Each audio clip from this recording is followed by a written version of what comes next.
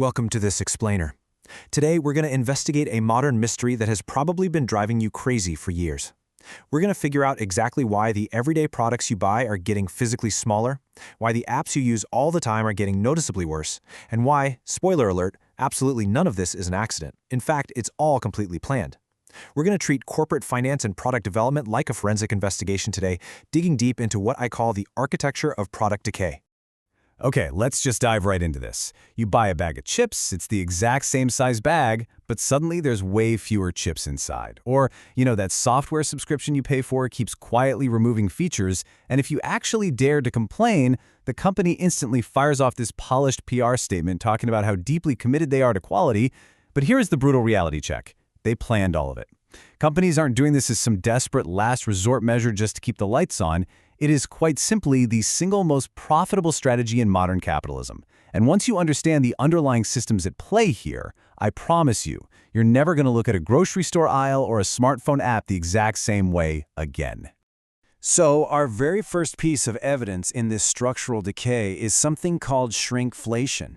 It's exactly what it sounds like. When a product gets physically smaller, but the price tag stays exactly the same or, crazily enough, actually goes up. Make no mistake here, this isn't just some quirky little marketing tactic. This is a pervasive, almost entirely invisible wealth transfer straight out of your pocket and into the portfolios of unseen shareholders. Now, our second piece of evidence is a really fantastic term coined by writer Cory Doctorow. He calls it enshittification. And this describes the exact same process of deliberate decay, but applied to our digital world. It's the slow, highly calculated degradation of digital products and platforms over time.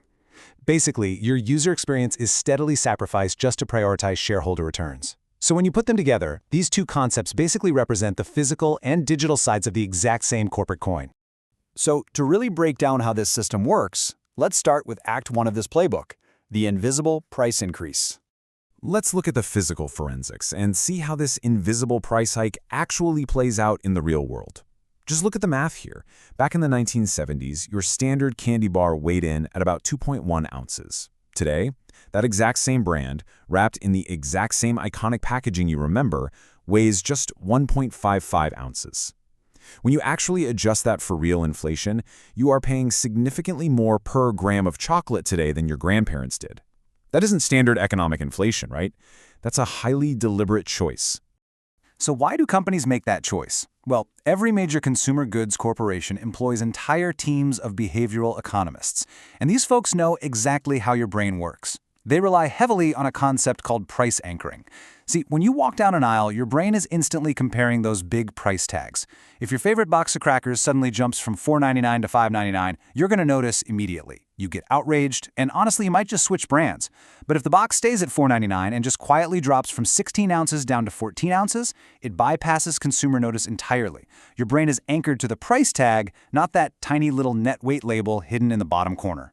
And companies have absolutely refined this deception into an art form. I mean, think about it. We've got coffee cans with these heavily indented concave bottoms. We have toilet paper rolls where the cardboard core is now drastically wider, just taking up space where the actual paper used to be.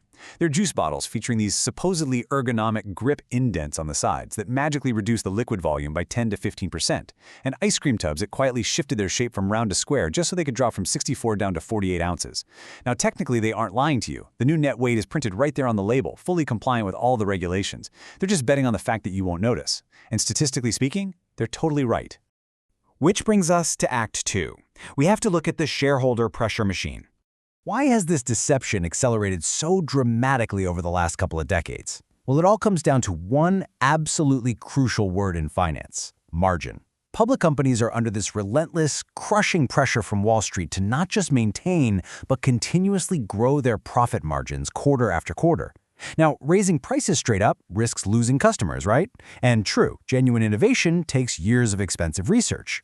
But quietly reducing the product in the bag? That drops the production cost instantly. It creates immediate margin expansion. It hits the income statement today, driving the stock price up without requiring a single drop of actual innovation. And this creates an inescapable incentive loop. Think about the structure here.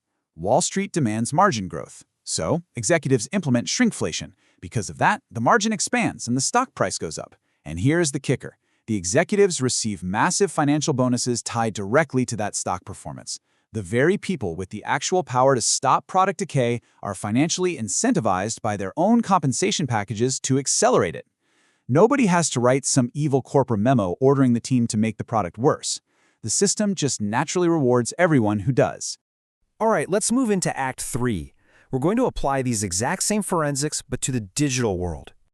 Shrinkflation is physical, right? You can weigh it. But this exact same dynamic applies to our digital platforms. Think about the early days of Amazon compared to what it is today. Early Amazon was laser-focused on you, the customer. It had clean search results, crazy fast shipping, incredibly low prices. But once they achieved massive user growth and went public, the platform slowly morphed. Today, it's this cluttered maze of sponsored ads, sketchy third-party sellers, and dark patterns entirely built for extraction. It didn't change overnight. It changed in tiny, calculated increments designed to extract as much money as possible per visit while you slowly adapted to the decay. And this right here brilliantly illustrates Cory Doctorow's enshittification model. He actually maps out exactly how this happens in 3 really clear phases. Phase 1. Build the audience by being incredibly good to users, often operating at a massive loss just to subsidize that growth. Then, Phase 2.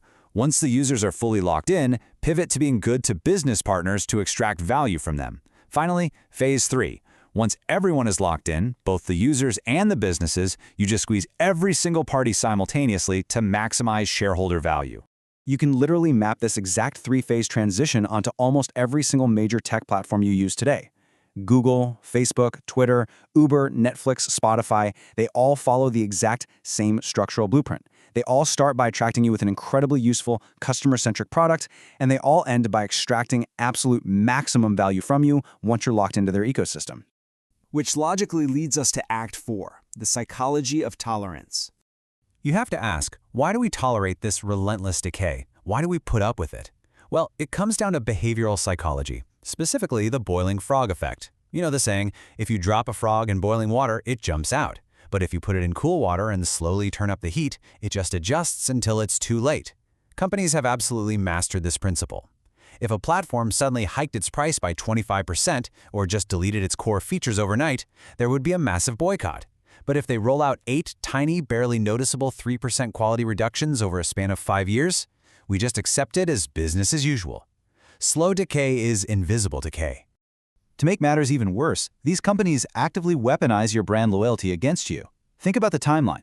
In year 1, you develop a strong emotional attachment to something. Maybe it's a specific cereal you associate with childhood Saturday mornings. By year 3, they start those minor, unnoticeable cost-cutting measures. By year 5, the product is significantly smaller and noticeably lower quality. But by year 10, your deep nostalgic loyalty actually keeps you buying and sometimes even defending a fundamentally degraded product. You aren't buying it because it's still good. You're buying it because you remember when it was good.